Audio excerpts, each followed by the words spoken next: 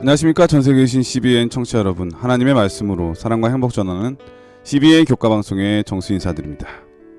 안녕하세요. 동문교회의 전정민 목사입니다. 예, 목사님 오랜만입니다. 잘 지내셨죠? 네, 잘 지냈습니다, 목사님. 휴가는 다녀오셨고요. 아니요. 올해는 휴가를 딱히 보내진 않았고요. 주말에 집에서 쉬는 걸로 휴가를 대신한 것 같습니다. 네. 근데 아무래도 목사님 자녀 중에 입시를 앞둔 우리 아들이 있잖아요.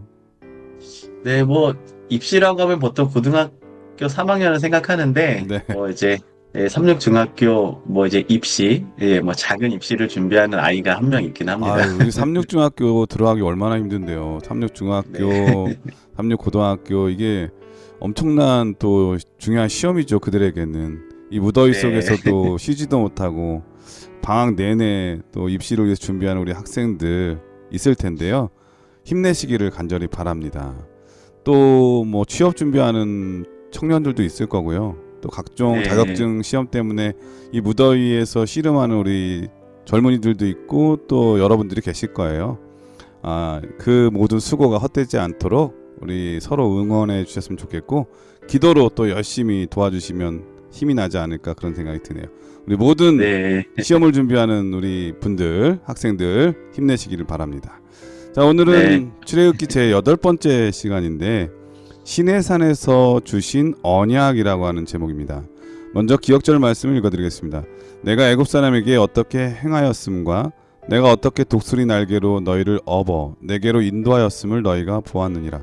세계가 다 내게 속하였나니 너희가 내 말을 잘 듣고 내 언약을 지키면 너희는 모든 민족 중에서 내 소유가 되겠고 너희가 내게 대하여 제사장 나라가 되며 거룩한 백성이 되리라. 네, 출애굽기 19장 4절에서 6절 말씀이었습니다. 자, 오늘 출애굽기 8번째 제목은 시내산에서 해주신 언약인데 어떤 말씀일까요? 네, 이스라엘 백성은 애굽의 노예 생활에서 해방된 후 바로 약속의 땅으로 향하지 않았습니다. 하나님께서 그들을 먼저 인도하신 곳은 바로 시내산이었습니다. 왜일까요? 성경은 그 이유를 분명히 말하고 있습니다. 내가 어떻게 독수리 날개로 너희를 업어 내게로 인도하였음을 너희가 보았느니라. 기억절에 있는 말씀입니다. 출애굽기 19장 4절. 하나님은 그들을 단지 지리적인 목적지로 옮기신 것이 아니라 바로 하나님 당신 자신에게로 부르셨습니다. 에덴에서 범죄한 아담과 하와를 내가 어디 있느냐라고 먼저 찾으셨던 것처럼 오늘도 하나님은 먼저 우리에게 다가오십니다. 시내산은 단순히 십계명을 받은 장소가 아니라 하나님과의 언약이 공식적으로 맺어진 자리입니다. 하나님은 그분의 백성을 특별한 소유와 제사장 나라와 그리고 거룩한 백성으로 부르셨습니다. 이 부르심은 단지 특권이 아니라 세상에 하나님의 성품을 드러내고 사람들을 하나님께로 인도하는 사명입니다. 십계명은 하나님이 어떤 분이신지를 보여주는 사랑의 법입니다. 하나님은 이스라엘 백성을 구원하신 후 그 은혜에 대한 응답으로 계명을 주셨습니다. 처음 네 계명은 하나님 사랑을, 다음 6계명은 이웃 사랑을 나타냅니다. 이 율법은 우리를 묶어두는 족쇄가 아니라 오히려 자유로 인도하는 울타리이며 예수 그리스도께로 인도하는 안내자입니다. 그러므로 이번 과에서는 하나님이 왜 우리를 먼저 하나님 자신에게로 부르시는지, 십계명이 은혜와 약속임을 어떻게 이해해야 하는지, 율법이 우리를 구원하지 못하지만 구원자이신 예수께로 인도하는 이유, 그리고 율법이 폐지되지 않고 여전히 유효한 하나님의 뜻인 것을 살펴보게 될 것입니다. 이번 교과를 통해 하나님의 사랑에 부르심에 응답하는 백성으로 그리고 하나님의 은혜를 세상에 전하는 사명을 다시 한번 굳게 세우게 되시기를 바랍니다. 예, 이스라엘 백성들이 홍해를 건넌 다음에 얼마나 빨리 이 가나안으로 가고 싶었겠습니까? 그런데 네, 하나님께서는 그들을 빨리 가나안으로 인도하기보다는 이 시내산으로 인도하셔서 거기에 뭐 한두 달도 아니라 거의 1년을 머물게 하시거든요. 네. 그 1년 동안에 많은 일들이 있었죠. 뭐 레위기 법도 있고 오늘 말씀의 중심 주제인 십계명도 주시고요. 네. 그리고 그 기간 동안에 이제 탈출한 그냥 자유인으로 끝나는 게 아니라 이 세상과 싸워야 되는 그리스도의 군사로 훈련하기 위한 그 매우 중요한 시기가 바로 이 1년이었거든요. 이 네, 1년의 시간 동안에 특별히 오늘은 이 하나님께서 주신 계명과 율법에 대해서 우리 전정민 목사님과 함께 공부해 보도록 하겠습니다.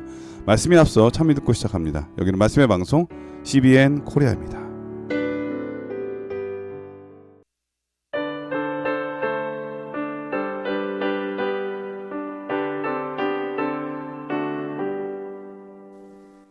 알고 묘한 그 말씀 생명의 말씀은 귀한 그 말씀 진실로 내 생명 되도다. 나의 길과 믿음 밝히 보여주니 아름답고 귀한 말씀 생명샘이로다. 아름답고 귀한 말씀 생명샘이로다. 예, 참이 잘 들었습니다. 이로써지는 신의 산에서라고 하는 제목인데요. 어떤 말씀일까요? 네. 출애굽기 19장 4절에서 하나님은 이렇게 말씀하셨습니다. 내가 애굽 사람에게 어떻게 행하였음과 내가 어떻게 독수리 날개로 너희를 업어 내게로 인도하였는지를 너희가 보았느니라. 이 말씀은 이스라엘 백성의 여정이 단순히 애굽에서 가나안으로 가는 길이 아니라는 사실을 보여주고 있습니다. 하나님께서 이끄신 최종 목적지는 약속의 땅이 아니라 바로 하나님 자신이었습니다. 우리는 종종 인생의 목표를 어떤 장소나 상태로만 생각합니다. 더 나은 환경, 더 안정된 삶, 더 나은 직장. 그러나 하나님은 우리의 발걸음을 특정한 지점에만 인도하시는 분이 아니라 그 과정 속에서 하나님 자신과의 관계로 부르시는 분입니다. 몇 해 전 한 산악 구조대원이 혹한 속에서 길을 잃은 등산객을 구조한 일이 있었습니다. 구조된 등산객은 처음에 저를 어느 병원으로 데려가실 건가요? 라고 물었지만 구조대원은 이렇게 대답합니다. 병원도 중요하지만 일단은 제가 당신 곁에 있다는 사실을 기억하세요. 지금 중요한 건 당신이 안전하다는 사실입니다. 하나님께서는 우리를 부르실 때 너를 어디로 보낼까 보다 내가 너와 함께 하겠다는 약속을 먼저 주십니다. 우리의 구원의 목적지는 결국 하나님과의 동행입니다. 신대산은 모세가 불타는 떨기나무 앞에서 하나님의 부르심을 받았던 곳이며 훗날 엘리야가 하나님의 음성을 들었던 장소이기도 합니다. 이스라엘은 애굽을 나온 지 2달 만에 시내산에 도착했고 그곳에서 약 1년 동안 머물며 율법과 언약을 받았습니다. 하나님은 시내산에서 이스라엘을 특별한 소유, 제사장 나라, 거룩한 백성으로 부르셨습니다. 이 거룩한 백성은 세상 속에서 하나님의 성품을 드러내는 존재를 의미하며 제사장 나라는 하나님과 세상 사이를 연결하는 영적 다리 역할을 맡은 민족을 뜻합니다. 하나님은 이스라엘이 우상과 죄악으로 가득한 세상 속에서 오직 하나님을 아는 지식으로 세상을 비추는 통로가 되기를 원하셨습니다. 어느 바닷가에 있는 한 등대지기는 수십 년 동안 매일 밤 등불을 밝혔습니다. 폭풍우가 몰아치고 유리창이 부서질 듯 바람이 불어도 그는 불을 꺼트리지 않았습니다. 왜냐하면 어둠 속에서 항해하는 선원들에게 그 불빛이 유일한 생명의 길잡이였기 때문입니다. 우리도 마찬가지입니다.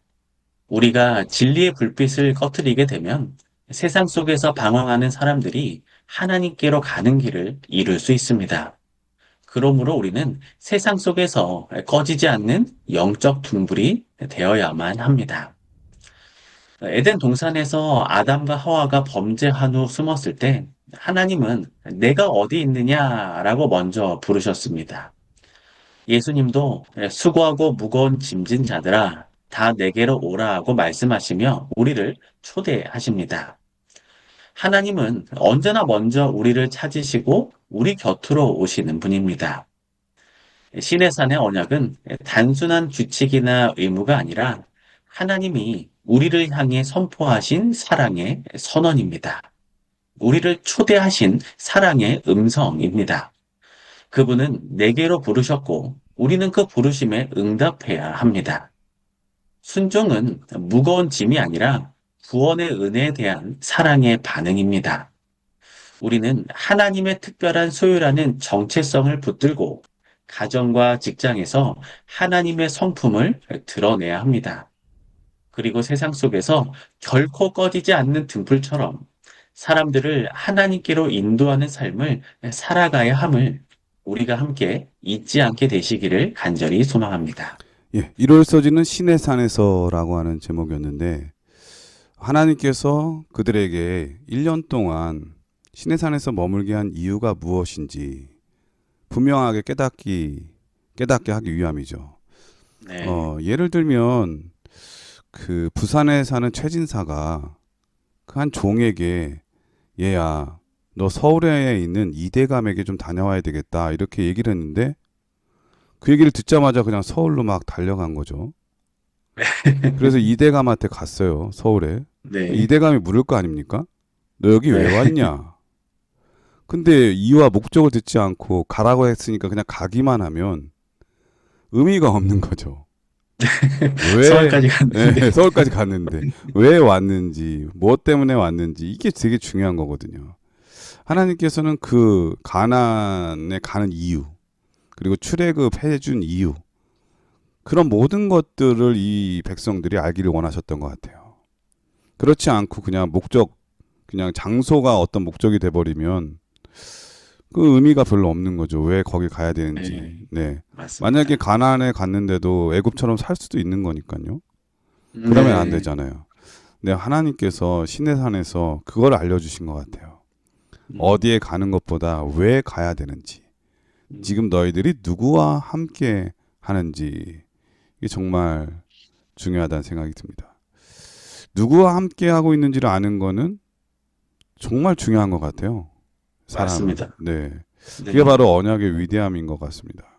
같이 같이 있으면 좋은 사람들이 있잖아요. 저는 목사님도 그 중에 네. 한 분이신데 근데 감사합니다. 생각해 보니까 같이 있으면 좋은 분들의 공통적인 특징이 뭘까? 제가 생각해 보니까 믿음인 것 같아요. 아, 믿을 만한 분이니까 같이 있고 싶고 또 신뢰가 가고 그리고 또 즐겁잖아요. 네, 이 세상에서 가장 신뢰할 수 있는 분을 한 번 꼽으라면 예수님이겠죠. 바로 그 네, 예수님께서 저와 여러분들의 모든 친구가 되어 주신다는 사실은 정말 놀라운 축복이 아닌가 그런 생각이 들고요. 이 사실을 결코 잊지 않으셨으면 정말 좋겠습니다. 월요일 서지는 선물을 위한 준비라고 하는 제목인데 어떤 말씀일까요? 네. 하나님께서는 당신의 백성이 주변 나라와 구별되길 원하셨습니다. 그분의 통치와 권위 아래 살아가는 신실한 믿음의 공동체가 되도록 하나님은 율법을 주셨습니다. 율법은 단순한 규칙이 아니라 하나님의 성품을 드러내는 거울입니다. 거룩하고 공의롭고 사랑이 넘치는 하나님의 마음이 율법 속에 담겨 있는 것입니다. 그래서 율법은 우리에게 풍요로운 삶을 준비하게 하고 위험과 재난에서 보호하며 하나님과 이웃을 존중하는 토대가 됩니다. 우리가 율법을 통해 배우는 것은 단지 무엇을 하지 말아야 하는지가 아니라 어떻게 하나님과 깊이 있는 관계를 맺고 이웃을 사랑하며 살아야 하는가입니다. 고대 이집트의 왕 바로가 히브리 남자아이를 모두 죽이라는 명령을 내렸을 때 그 법은 그의 잔인함과 불의함을 드러냈습니다. 반대로 어떤 왕이 모든 청년에게 무료 교육을 제공하는 법을 제정했다면 사람들은 그 왕의 관대함과 나라의 미래를 향한 비전을 보았을 것입니다. 이처럼 법은 입법자의 성품과 가치관을 비춥니다. 하나님의 법은 인간을 향한 선하심과 의로움, 그리고 생명을 향한 깊은 존중을 보여줍니다. 한 시골 마을에 정직한 목수가 있었습니다. 그는 집을 지을 때 단 한 장의 설계도라도 대충 넘기지 않았습니다. 설계도는 단순한 종이가 아니라 안전하고 튼튼한 집을 짓기 위한 생명의 지침이었기 때문입니다. 그는 설계도를 무시하면 집이 무너질 수 있다고 늘 말했습니다. 하나님의 법도 이와 같습니다. 그것은 우리의 삶과 인생을 무너지지 않게 하는 설계도입니다. 때로는 규칙이 제한처럼 느껴질 수 있지만 시간이 지나면 그 법이야말로 우리를 위험에서 지켜주고 진정한 자유를 주는 울타리였음을 깨닫게 됩니다. 네. 우리나라도 법치 국가잖아요.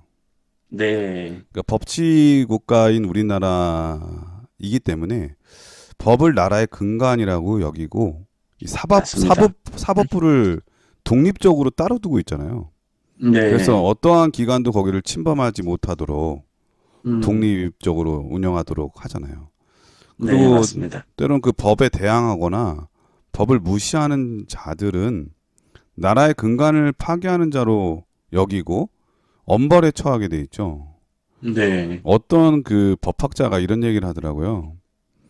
이 법의 발전은 누구든지 어느 시대든지 법을 무시하는 진상들 때문에 법이 아, 발전한다고. 네, 왜냐하면 그런 사람들이 이 법을 무시하는 거에 끝나는 게 아니라 그 법을 무시하는 것 때문에 기존에 있는 음, 사람들의 생명을 위협받거든요.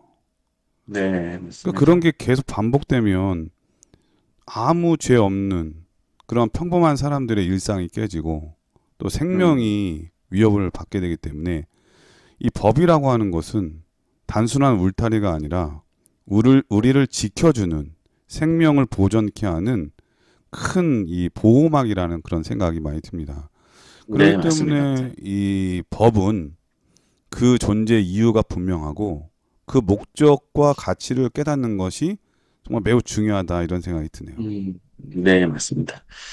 하나님께서 이스라엘 백성에게 주신 이 십계명, 이 십계명 이후 이 하나님께서는 언약 법전이라 불리는 이 세부적인 율례들을 주셨습니다.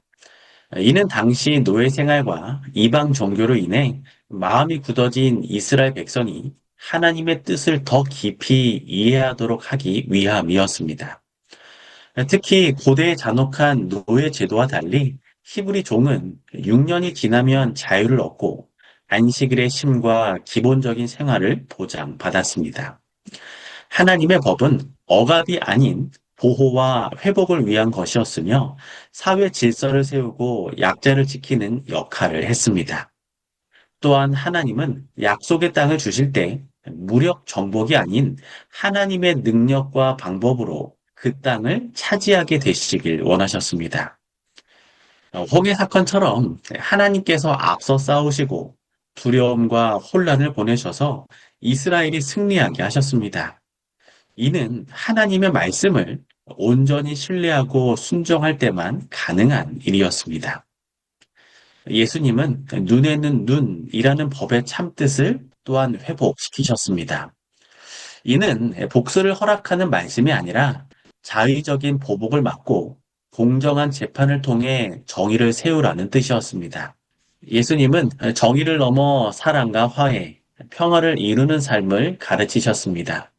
원수를 사랑하고 핍박하는 자를 위해 기도하는 것이야말로 성품을 드러내는 길임을 알려주셨습니다.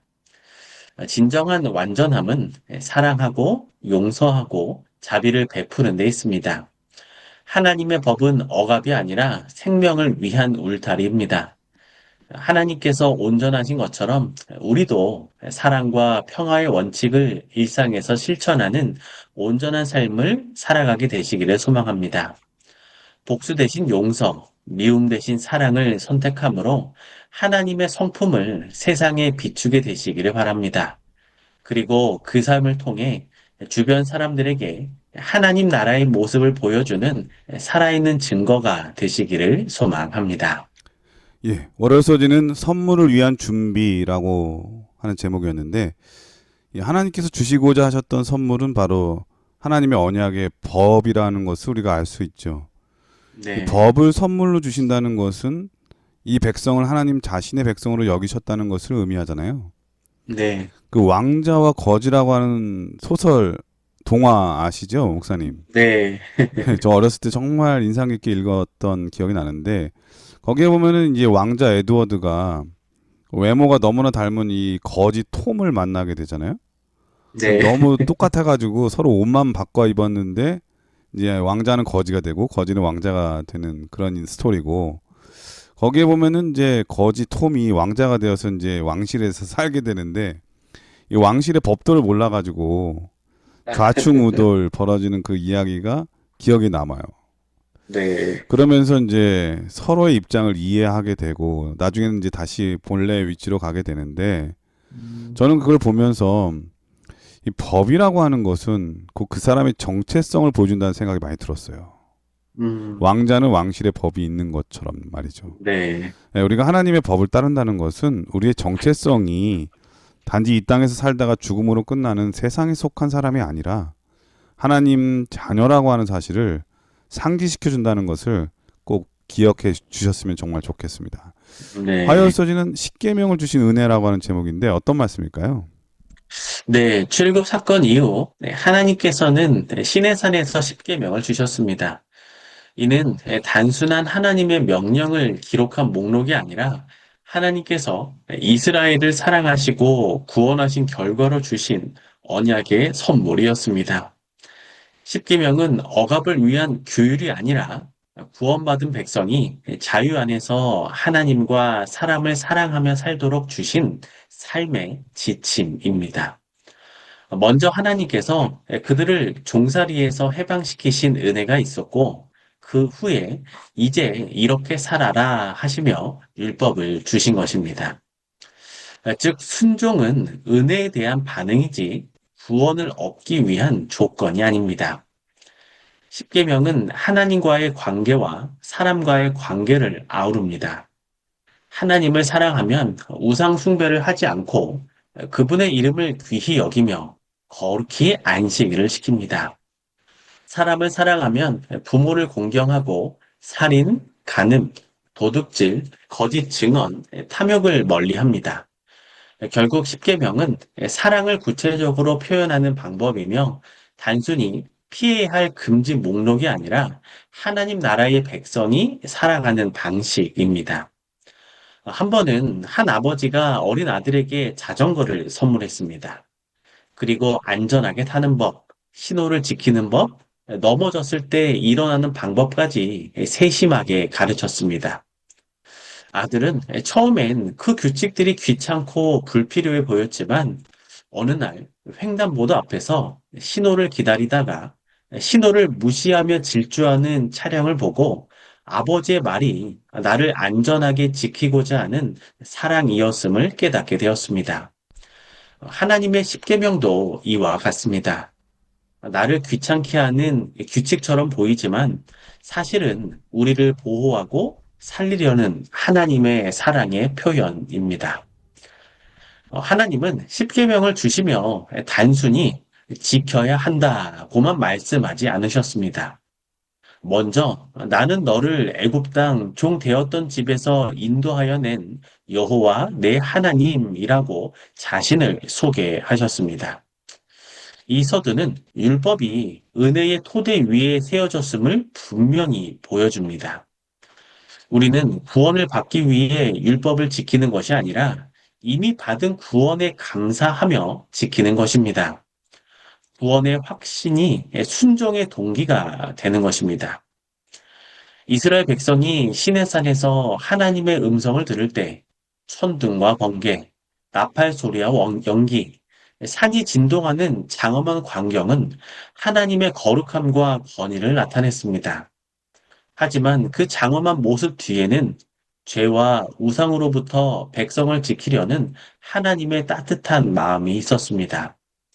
하나님은 그들이 자유를 잃고 다시 속박에 빠지지 않도록 사랑으로 경계선을 세워 주신 것입니다.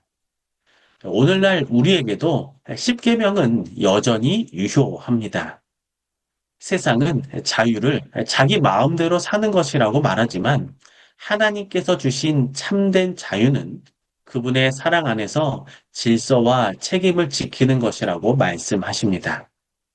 십계명을 따라 사는 삶은 무거운 짐이 아니라 은혜를 입은 자가 누리는 기쁨이며 하나님의 품 안에서 누리는 평안입니다. 십계명은 은혜의 선물이자 사랑의 언약입니다. 하나님의 구원하심에 대한 우리의 응답이 바로 순종이 되시기를 소망합니다. 십계명을 지키며 사는 것을 억압이 아니라 하나님 품 안에서 누리는 자유로 여기게 되시기를 소망합니다. 그러므로 날마다 그분의 은혜를 기억하며 율법의 정신인 사랑과 은혜를 실천하는 삶을 살아가시고 세상 속에서 하나님의 성품을 드러내는 빛과 소금이 되시기를 소망합니다. 예, 화요소지는 십계명을 주신 은혜라고 하는 제목인데 그러니까 왜 십계명을 우리에게 주셨는가? 목사님 말씀 듣다 보니까 그 이유를 뭐 몇 가지로 정리할 수 있을 것 같아요. 첫 번째는 네. 내가 누구에게 속한 사람인가를 알려주는 것 같습니다. 제가 대한민국에서 미국 법을 잘 지킨다고 미국 시민권을 제게 주지는 않죠. 미국에서. 네. 그러니까 미국 법은 미국 가서 지키는 것이고요. 한국에 맞습니다. 있으면 한국 법을 지키는 거죠. 이거는 지금 네. 내가 어디에 속해 있고 누구에게 속해 있는 사람인가를 보여주는 가장 중요한 잣대인 것 같아요.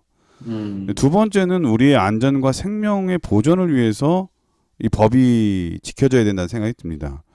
만약에 서로 법을 무시하면 이건 불편한 정도가 아니라 우리의 안전이 위협받잖아요. 네. 그렇기 때문에 이 법은 지켜져야 되는 것이고 또 우리를 지켜주는 울타리가 되는 것이고요. 세 번째는 이 법을 지킴으로 인해서 내가 얼마나 고상한 존재이고 가치 있는 존재인가를 느끼게 해주는 것 같아요. 맞습니다. 네. 그래서 나는 함부로 사는 사람이 아니라 그리고 또 하나님의 이 율법의 가치와 정신은 사랑이잖아요. 서로 존중해 주는 게 바로 이 법을 지킴으로써 나타나는 거니까 저의 삶이 얼마나 고상한 삶인지를 보여주는 이유가 되기도 하고 또 가치가 그 안에 스며져 있으니까요. 그래서 바울은 로마서 7장에서 율법도 거룩하고 계명도 거룩하고 의롭고 선하다고 말했던 것이 아닌가 그런 생각이 네. 듭니다.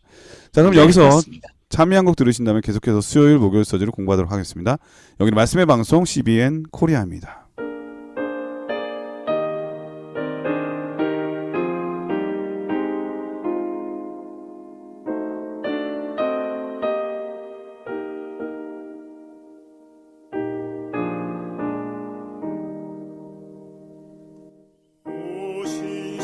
오신실하신 주내 아버지여 늘 함께 계시니 두려움없네 그 사랑 변찮고 날 지키시며 어제나 오늘이 한결같네 오신실하신 주 오신실하신 주 날마다 자비를 베푸시며 일용할 모든 것 내려주시니 오신실하신 주 나의 구주. 예, 수요일 서지는 하나님의 율법의 여러 기능이라고 하는 제목인데요. 어떤 말씀일까요? 네, 하나님의 율법은 단순히 무엇을 해야 하고 하지 말아야 하는 규칙이 아닙니다. 성경은 율법이 매우 다양한 기능을 가지고 있다고 가르쳐 줍니다. 첫째, 율법은 하나님의 성품을 드러냅니다. 율법 속에는 거룩함, 공의, 사랑, 자비가 함께 녹아 있습니다. 우리가 율법을 깊이 묵상할 때 우리는 단지 규정의 나열이 아니라 하나님의 마음과 성품을 대면하게 됩니다. 둘째, 율법은 죄를 드러내는 거울 역할을 합니다. 로마서 3장 20절은 율법으로는 죄를 깨달음이니라 라고 말씀합니다. 율법이 없다면 우리는 무엇이 옳고 그른지, 무엇이 하나님 앞에서 죄인지조차 알 수 없습니다. 셋째, 율법은 구원의 길이 아니라 이미 구원받은 자들이 어떻게 살아야 하는지를 보여주는 안내서입니다. 율법은 우리의 발걸음을 인도하는 등불이자 방향을 잡아주는 나침판과 같습니다.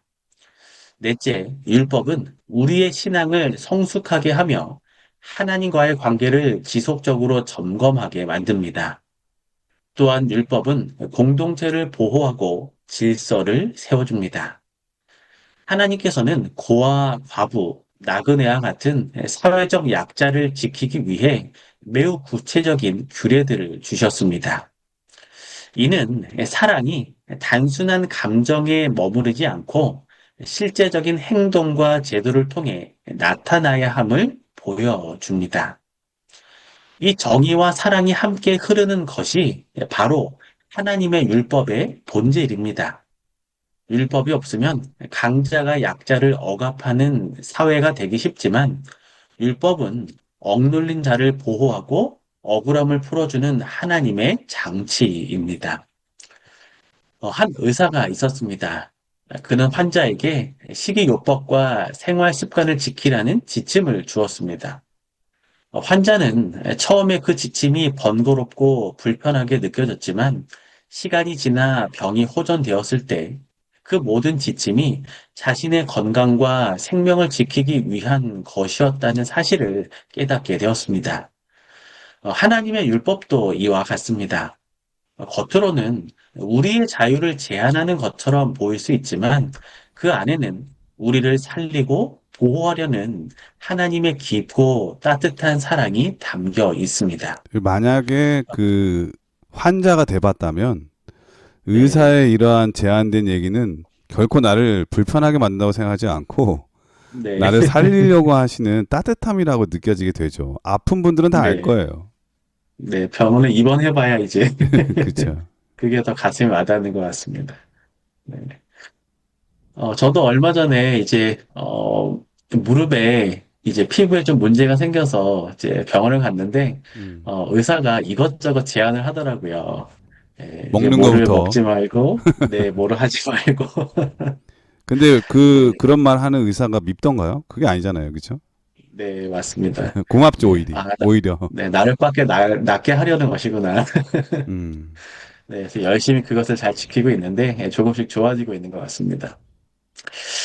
이 율법이라고 하는 것은 마치 철도 레일이 기차를 안전하게 목적지까지 인도하듯 우리의 삶이 탈선하지 않도록 이끌어줍니다. 하나님의 율법은 또 하나의 중요한 기능을 합니다. 바로 하나님의 백성을 세상과 구별하는 표지가 된다는 것입니다. 고대 이스라엘은 율법을 지킴으로써 주변 이방 민족과 구별되었고, 이는 그들이 하나님의 백성임을 나타내는 증거가 되었습니다. 오늘날 우리도 마찬가지로 하나님의 말씀을 따라 사는 삶을 통해 세상과 구별되며 세상 속에서 하나님 나라의 증인으로 살아가게 됩니다. 우리가 율법에 순종하는 모습은 세상 사람들에게 하나님의 존재와 그분의 통치를 드러내는 살아있는 간증이 됩니다. 마지막으로 율법은 우리를 예수 그리스도께 인도합니다. 율법은 우리가 스스로는 완벽하게 이루을 수 없음을 깨닫게 하고 참된 의와 구원이 오직 예수 그리스도를 통해서만 가능하다는 사실을 알려줍니다. 갈라디아서 3장 24절은 율법이 우리를 그리스도께로 인도하는 몽학 선생이라고 말합니다. 율법은 우리의 부족함을 드러내어 우리로 하여금 예수님을 더 간절히 찾게 하는 도구이며 예수 그리스도 안에서만 완전한 자유와 구속이 이루어짐을 깨닫게 합니다. 우리는 율법을 짐이 아닌 은혜의 선물로 받아들이고 그 정신과 원칙을 우리의 삶 속에서 실천해야 합니다. 우리가 그렇게 살 때 우리의 삶이 하나님을 영화롭게 하고 주변 사람들에게 하나님의 사랑을 흘려보내는 통로가 되며 세상 속에서 하나님 나라를 확장하는 도구가 된다는 사실을 저와 성도님들이 기억하게 되시기를 소망합니다. 예, 수요일 서지는 하나님 율법의 여러 기능이라고 하는 제목인데 목사님께서 여러 기능, 역할에 대해서 말씀하셨습니다. 율법은 하나님의 성품을 드러내고 또 우리가 어떻게 살아야 될지 그 옳은 행실에 대한 기준이 되기도 하고요. 그렇죠? 네. 그리고 우리 자신을 보는 그 거울 역할도 한다는 말씀 해주셨어요. 음, 그리고 또 우리가 하나님과 관계를 어떻게 유지할 수 있는지에 대한 뭐 이런 여러 가지 말씀을 해주셨는데 그런데 만약에 이 율법을 듣기만 하고 무시하고 따르지 않는다면 어떻게 될까요? 그건 아무 의미가 없는 거겠죠. 네. 정말 중요한 것은 듣고 그 의미를 깨닫고 행하는 것이 정말 중요하다는 생각 많이 듭니다. 음, 이걸 행하는 것은 바로 그 입법자의 권위를 인정함과 동시에 내가 얼마나 중요한 존재라는 걸 깨닫고 그리고 그것이 나를 위한 것이라고 하는 것을 느끼며 감사하는 게 정말 중요하잖아요. 네, 맞습니다. 그래서 바울은 로마서 2장에 그렇게 말씀하신 것 같아요. 율법을 듣는 자가 의인이 아니요 율법을 음, 행하는 자라야 의롭다 하심을 얻겠다. 네. 그러므로 이 율법은 사랑이기 때문에 이 사랑의 의미를 하나님께서 우리를 얼마나 사랑하시는지를 이 율법의 행함을 통해서 느끼고 감사하는 삶. 그게 바로 음, 진정한 신앙인의 모습이 아닌가 그런 생각이 드네요. 자, 목요일 네. 소지는 율법, 우리를 위한 하나님의 약속이라고 하는 제목인데 어떤 말씀일까요? 네, 하나님의 율법은 단순히 우리에게 무거운 의무를 지우는 규칙이 아닙니다. 오히려 하나님께서 우리를 보호하시고 복 주시기 위한 사랑의 약속입니다. 하나님은 이스라엘에게 율법을 주시면서 그들이 그분의 말씀을 따를 때 어떤 복이 임할지 분명히 말씀하셨습니다. 그것은 단순히 땅과 건강의 축복만이 아니라 하나님과 동행하며 사는 영적 축복이었습니다. 하나님과의 동행은 삶의 모든 영역에 영향을 주어 방향을 바로잡고 관계를 새롭게 하며 마음의 깊은 평안을 줍니다. 하나님은 이스라엘이 그분의 율례와 계명을 지키면 원수로부터 보호하고 그들의 양식과 물의 복을 주시며 병을 멀리 하겠다고 약속하셨습니다. 이러한 약속은 단지 외적인 번영을 위한 것이 아니며 백성이 하나님과 친밀한 관계 속에서 거룩하게 살도록 하기 위함이었습니다. 율법은 그들을 이롭게 살게 하고 악에서 보호하며 하나님의 성품을 닮아가도록 돕는 삶의 안내서였습니다. 결국 율법은 하나님의 사랑이 구체적이고 실질적인 모습으로 나타난 것입니다. 한 가정의 아버지가 자녀가 밤 늦게까지 밖에서 놀지 않도록 규칙을 정했습니다. 몇 시까지 들어오라는 것이었습니다. 어린 자녀는 처음에 그것이 나의 자유를 빼앗는 억압이라고 생각했습니다. 그러나 어느 날 뉴스에서 늦은 시간에 발생한 사건을 보고 아버지가 자신을 위험에서 지키기 위해 그 규칙을 만든 것임을 깨닫게 되었습니다. 하나님의 율법도 이와 같습니다. 겉으로는 나를 제한하는 것처럼 보일 수 있지만 실제로는 우리를 보호하고 살리려는 사랑의 장치입니다. 마치 등대가 배를 안전한 항구로 인도하듯 율법은 우리를 안전한 길로 인도합니다. 율법은 속박이 아니라 하나님 안에서 안전하게 살게 하려는 울타리입니다. 하나님께서 이스라엘을 애굽에서 해방시키신 후 율법을 주신 것도 그들이 자유를 남용하지 않고 참된 자유를 누리게 하기 위함이었습니다. 하나님과의 언약 관계 안에서 주어진 율법은 하나님 백성답게 사는 길을 보여주는 지도와 나침판과 같습니다. 그것은 방향을 잃지 않게 하고 위험을 피하게 하며 목적지에 도달하도록 이끕니다. 또한 하나님은 율법을 지키는 자들에게 물질적 축복을 넘어서는 약속을 주셨습니다.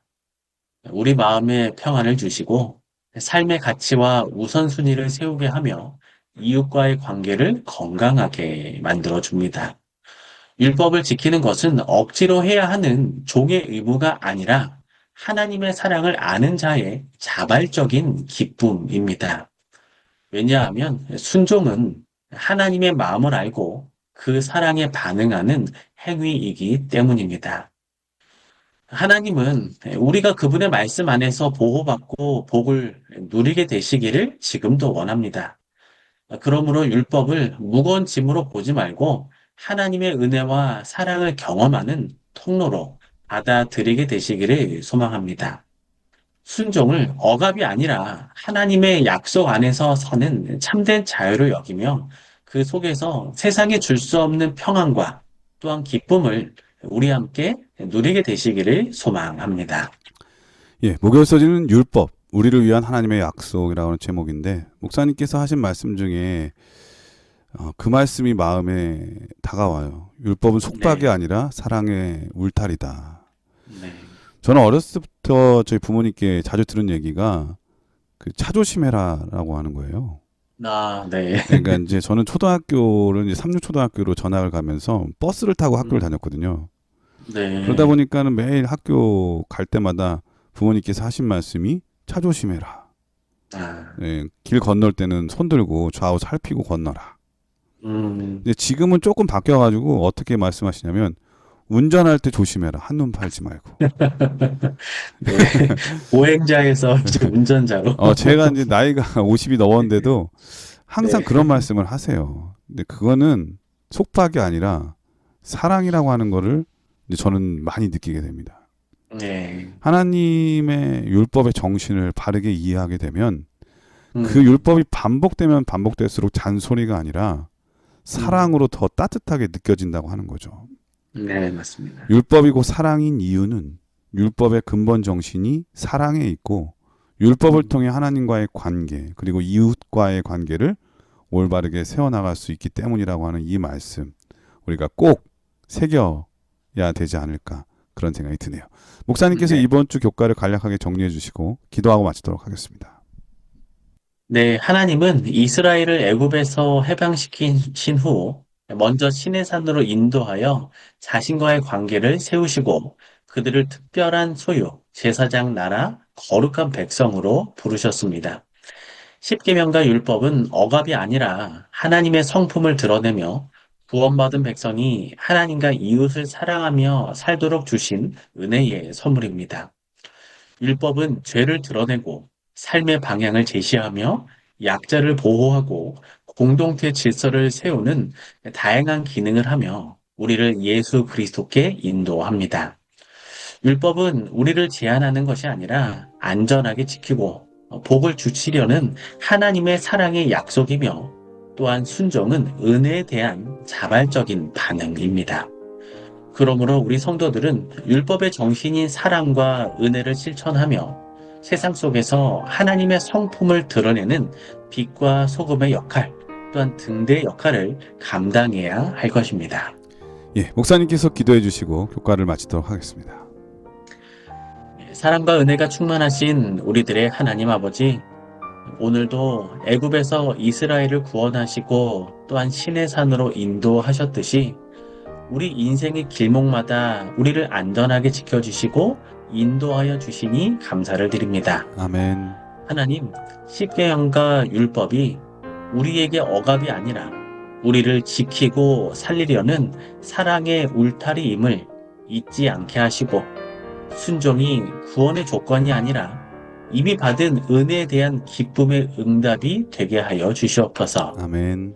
무엇보다 하나님과의 언약 안에서 특별한 소유, 제사장 나라, 거룩한 백성으로서의 부르심을 잊지 않게 하시고 세상 속에서 꺼지지 않는 등불처럼 하나님의 성품을 날마다 우리의 삶을 통해 비추게 하여 주시옵소서. 아멘. 모든 말씀 우리의 구원자 예수 그리스도의 이름으로 간절히 기도드립니다. 아멘. 아멘. 네, 전 세계 계신 CBN 청취자 여러분, 일본 말 중에 아리가또라고 하는 말이 있습니다. 목사님 혹시 아리가또라고 하는 말 아시나요? 네, 고맙습니다. 감사합니다. 이런 네. 뜻인데요. 맞습니다. 근데 그걸 한문으로 보면 참 이상합니다. 거기에 보면 한문은 어떻게 되냐면 있을 유자에다가 어려울 난이 이렇게 합쳐진 단어라고 해요. 아, 어려움이 있다. 근데 어려움이 있어도 어떻다는 거예요? 감사한 마음을 갖고 살겠다고 하는 의지의 표현이 바로 이 아리가또라고 합니다. 아, 나쁜 일이 있을 때 불평하기 쉽죠. 근데 불평으로 끝나게 되면 나쁜 일은 반복되기 마련이거든요. 그러나 예수님이 우리와 함께 하시면 그 어려움은 화가 아니라 화가 변해서 복이 된다고 하는 마음가짐. 그것이 바로 우리가 믿는 믿음의 힘이 되겠죠. 예수님께서 그렇게 우리를 바꿔주실 수 있는 분이니까요.